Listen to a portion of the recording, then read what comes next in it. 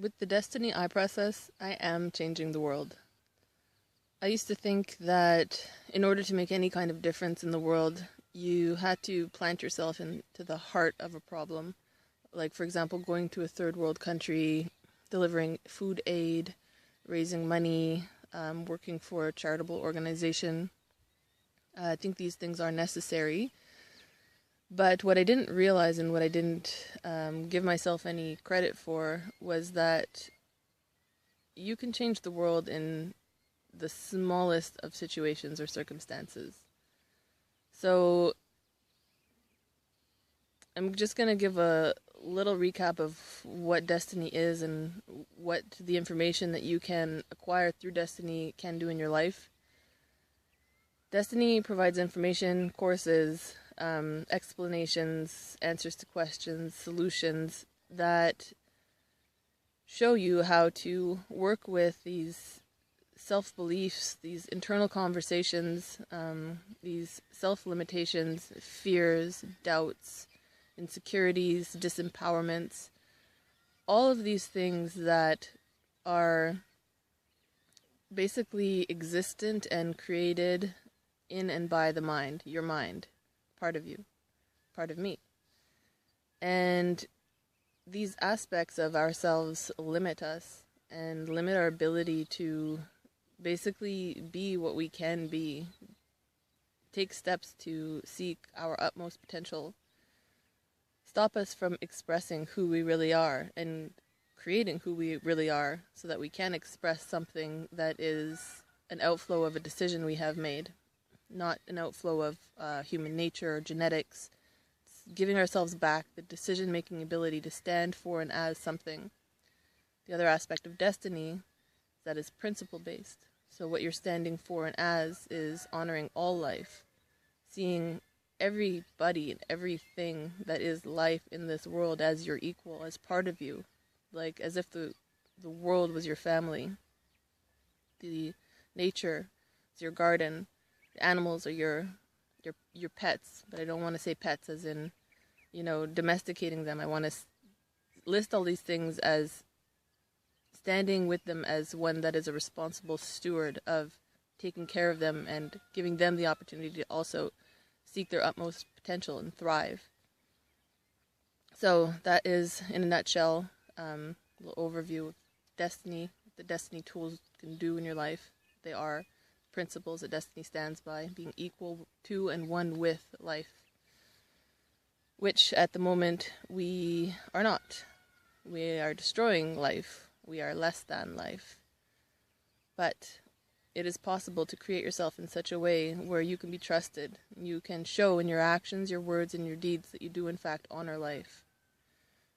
So, to get back to the point of how I am changing the world through applying the Desteni tools, walking the Desteni I process, even in the most unlikely situations. For me, it's been family, work, friends, basically everything that consists of my reality that is unique to me, that nobody else in anywhere else in the world has anything to do with. It's mine. It's my slice of the world. And I can have an impact there. The entire world is made up of individuals who are active participants in their little piece of reality.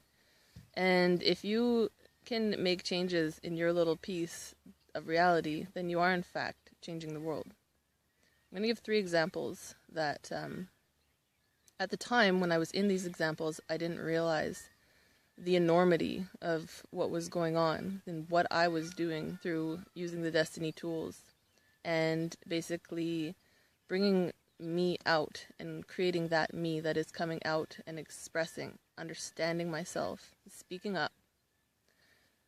So the first example would be my most recent job, which I just left to come here to the Desteni farm, which I can show you my view.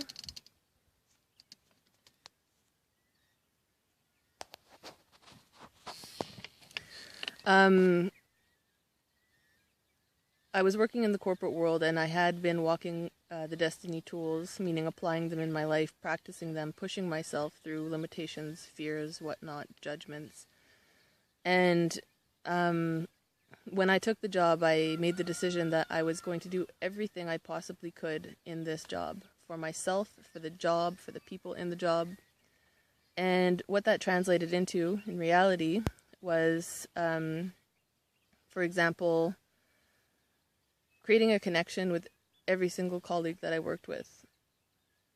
Putting that effort in to spend a little bit of time to get to know them and develop like an intimacy with each one. Learning through each person more about myself, learning through them about them, and therefore learning about the world.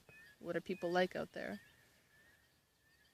But what was cool was with the Destiny tools, when you drop the jealousies, the judgments, the comparisons, all of this kind of stuff, the relationships you develop are actually how I can only describe as more pure, more intimate. There's this trust that develops. And when you have that in your workplace with your colleagues, it completely changes the experience of working amongst peers. So there's that element of just changing the way I interact with people. Another element was, I think everybody can relate to when you have a job, you're at a workplace, there's things that they're just not right. And what I've seen through working in the corporate world is very uncommon for people to speak up when this type of thing is seen and realized. What happens is a lot of anger and frustration, gossiping in the lunchroom, in the break room, resentment towards management, towards the institution, and then basically creating a general dislike for your job. But I couldn't accept that. And with the tools and knowing that I had it in me to use my voice and basically empower myself to practically, using common sense, speak up and make changes, or at least push for changes where I saw changes were necessary. Now, you do have to consider keeping your job and not becoming an activist in the workplace. It's more like being a practivist, a practical activist. And so one example is when we were all gathered around into what we call a huddle, a work huddle, where everybody on the floor comes together and we have an announcement, we discuss issues. And the announcement at this point was that bonuses and raises were going to be cut by 75% because the bank had not achieved their projected profits for the year. Now, when I say projected profit, I'm talking about billions of dollars. And what I noticed in this situation when I looked around at everybody was big smiles on their faces, nodding like this. Okay, that's fine. Yes, we understand. But that's not how everybody was feeling inside. People were mad. People were disappointed. This was announced at the end of the quarter, when instead of being announced what your bonus or raise was going to be, you were basically told you're not going to get one. You're going to get a fraction of what you could have possibly got.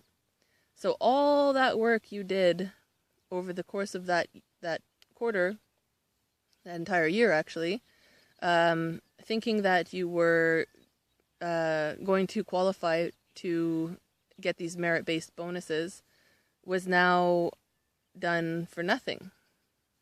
For me personally, I had been pushing myself a lot that year and wasn't actually that upset because I was never doing it for the money. I was doing it for self-development. The money would have been nice, yes. But it was done for something.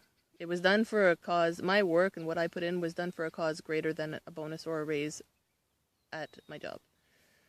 Anyway, so I was looking around and seeing everybody just agreeing, and there's this kind of culture that exists in the corporate world where you don't want to displease your superiors because you want to be on their good side so that you do eventually pop up in their minds when they're deciding who to give their promotions to, the bonuses, the raises.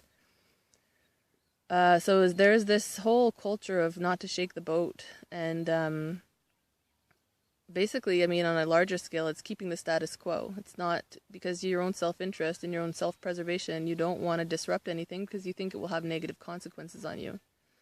Using the Destiny tools, I saw there is a way where you can voice yourself without being a anarchist, activist type. You can just be a self-honestly speaking individual who's expressing something.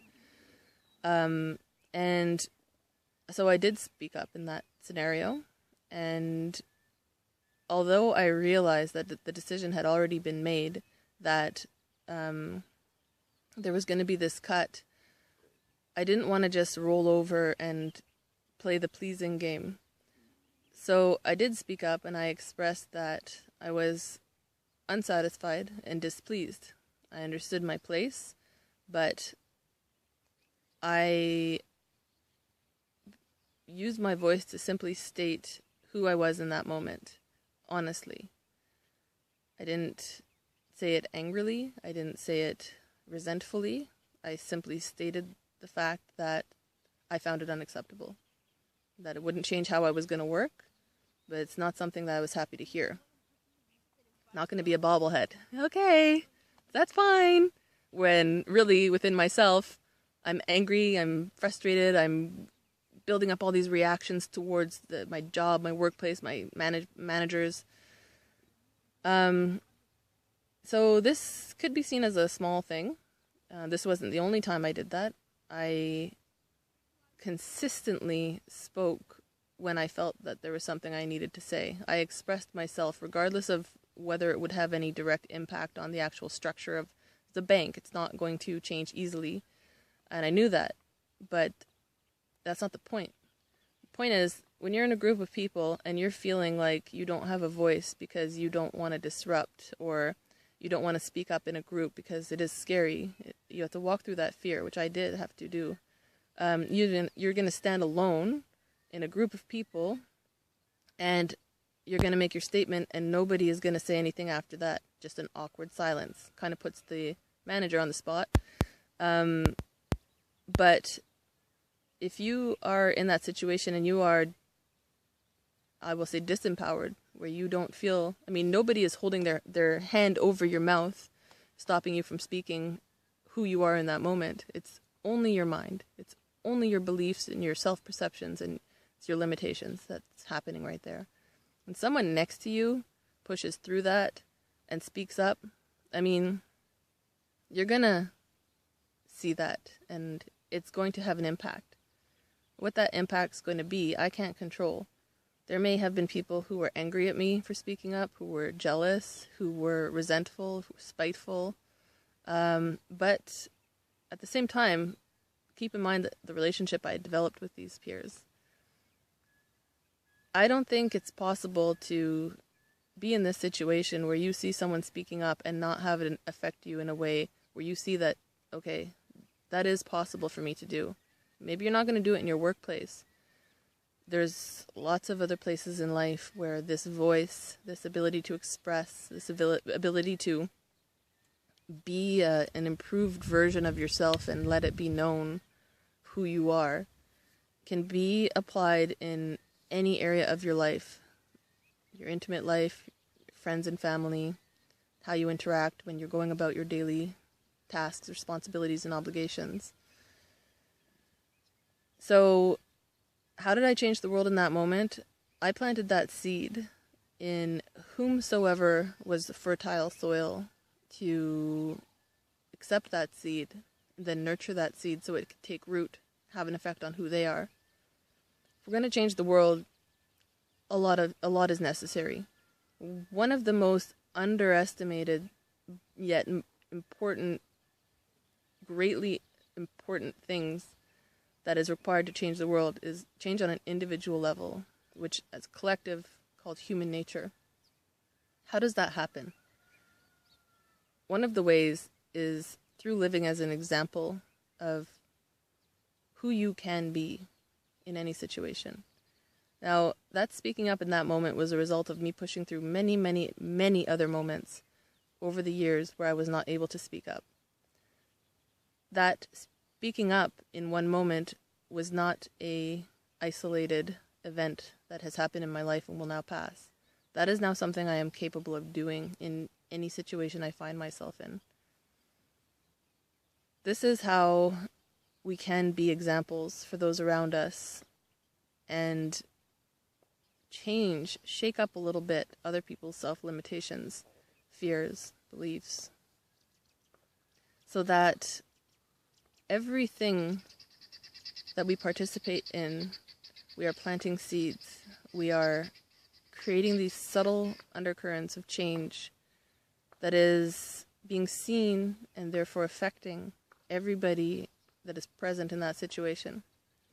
Now, like I said, it wasn't isolated. I spent hundreds into the thousands of days with these individuals, consistently pushing myself to express myself, work towards making the workplace better. I mean, when I was at this job, I wasn't only speaking up about what was wrong. I was also making what was called their process improvements, where when I saw that one of the processes on the job wasn't as effective as it could be, I would think of a solution, work with other people to improve the process, to save time, save money for the establishment that I was working for. And I pushed through several process improvements and changes in the workplace. I made the workplace a better place for having had me as a participant in that workplace. I left it better than it was when I arrived. I'm not saying I did this single-handedly. I'm not saying I'm the only one who did this. I'm just saying I can only speak for myself, my actions, what I did. So 3 aspects there is improving the place, the processes, the situation within which you find yourself in any way that you can. Connecting with the people that you're working side by side instead of developing these relationships that are full of emotional reactions, and also speaking up when you see that things aren't right, speaking up to honor your peers, speaking up to voice problems that are being swept under the rug, pointing out the elephant in the room. This kind of stuff in all my years in different jobs is not common. This is the kind of stuff that when you apply the Desteni tools, we can make common. Because when we have populations of people that are not only voicing their dissatisfaction, but also doing something to correct it, finding solutions, and uniting the group within which they're working, that is huge. And that is, when accumulated by many individuals, world-changing. This is becoming a long vlog, so I'm going to continue in my next one. Thank you.